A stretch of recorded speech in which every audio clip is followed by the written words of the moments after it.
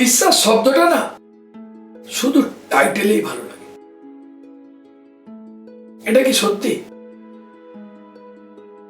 আজ আমার আলোচনার বিষয়বস্তু হচ্ছে এটাই, কি বিশ্বাস শব্দটা কি আজকের দিনে শুধু টাইটেলে ইউজ হচ্ছে? বেশিরভাগ মানুষের ধারণা এটাই যে মানুষের ভেতর আর বিশ্বাস নেই, এটা টাইটেল ইউজ হলেই ঠিক। এর পেছনে যারা এটা মানে তাদের অনেক যুক্তি আছে, অনেক স্টোরি থাকতে পারে, আমি সেটা অস্বীকার করছি না।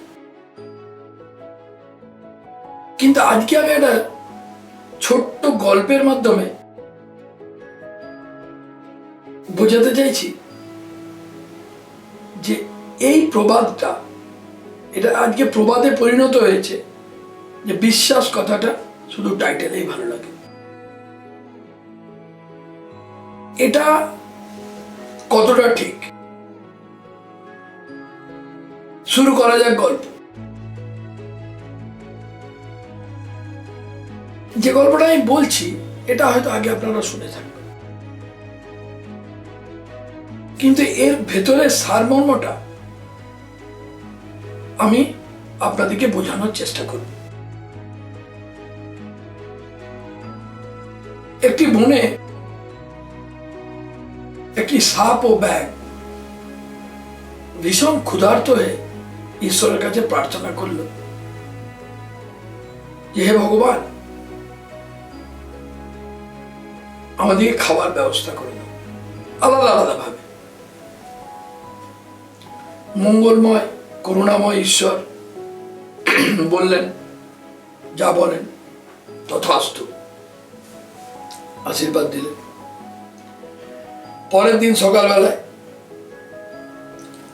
ব্যাঙ বেরিয়ে গেল খাবারের খোঁজে। সাপ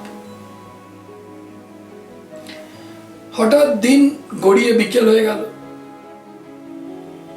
সাপ শুয়ে আছে, দেখছে ব্যাঙ খাবার টাবার খেয়ে বেশ হৃষ্টপুষ্ট ভাবে এগিয়ে এগিয়ে আসছে।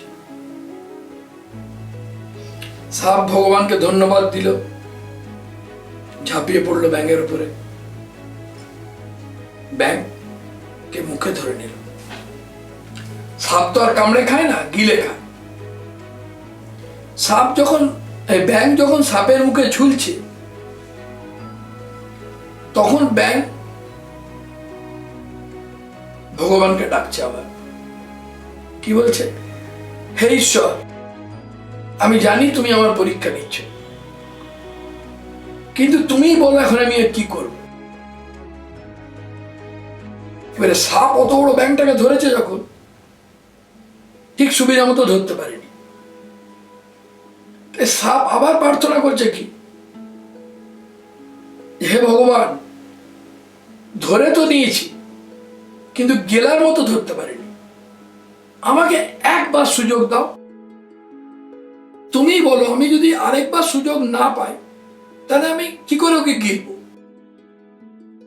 এরপর ঈশ্বরের ওখান থেকে ঈশ্বরের অর্ডার আসছে।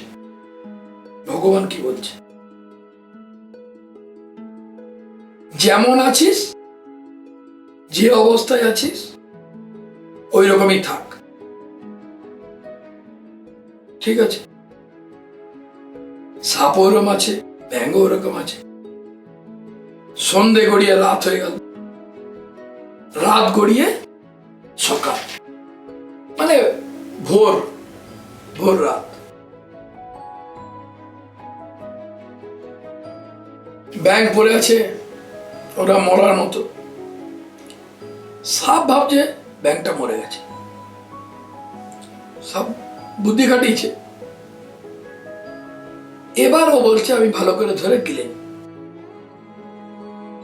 সাপ মুখ খুলেছে ভালো করে ধরার জন্য, ব্যাঙ এক লাফে পগার পার।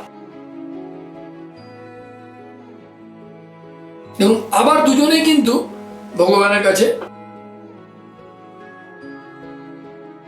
ভগবানকে ডাকছে। ব্যাং কি বলছে? ধন্যবাদ ভগো ঈশ্বর, তুমি আমাকে বাঁচিয়ে দিলে। আর সাপ কি করছে? অভিযোগ। এবার ঈশ্বর কি বলছে, এটাই হচ্ছে এটা এই কাহিনীটার সারমর্ম। ঈশ্বর ওখান থেকে আওয়াজ আসছে, আমি তো কিছু করিনি, যা করেছ সব তোমরাই করেছ, এবং এটা করেছ মনের ভেতরে বসে থাকা বিশ্বাস থেকে। এই মনের ভেতরে বসে থাকা বিশ্বাস তোমাদেরকে কর্ম করিয়েছে, আর সেই কর্মেরই তোমরা ফল পেয়েছ। ব্যাং তুমি কি করলে? তুমি বললে আমি এর শেষ দেখে ছাড়ব, পড়ে থাকি, ভগবান তো বলেছে। আর সাপ তুমি কি করলে?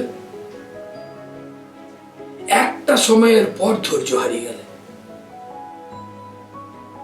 তখন তোমার বিশ্বাস টলে গেল, তার ফল তুমি পেলে।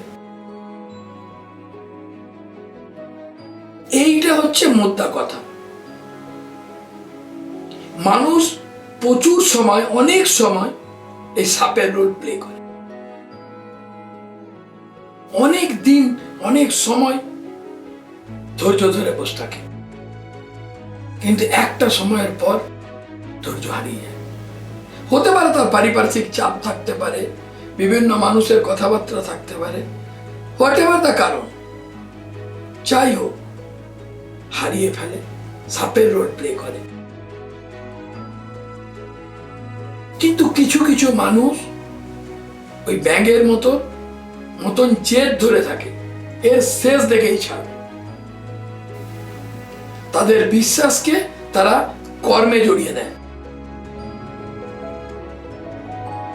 যা হবার তাই হয়। ব্যাঙ নিজের জীবন ফিরে পেল, আর সাপ ক্ষুধার্তই থেকে গেল। কর্মে যদি বিশ্বাস থাকে, এটা এই গল্পটার সারমর্ম হচ্ছে, তোমাকে ঈশ্বরের প্রতি, নিজের কর্মের প্রতি যদি বিশ্বাস থাকে, ফল কখনো অধরা থাকবে না। নমস্কার। আমার গল্পগুলো কেমন লাগছে আমাকে আপনারা অনেকেই জানাচ্ছে, আর একটু জানালে আমি নিজেকে আরো ডেভেলপ করতে পারবো, বা আমার টিম আপনাদের মতামত অনুযায়ী আমরা আরো নিজেদেরকে ডেভেলপ করতে পারবো। নমস্কার।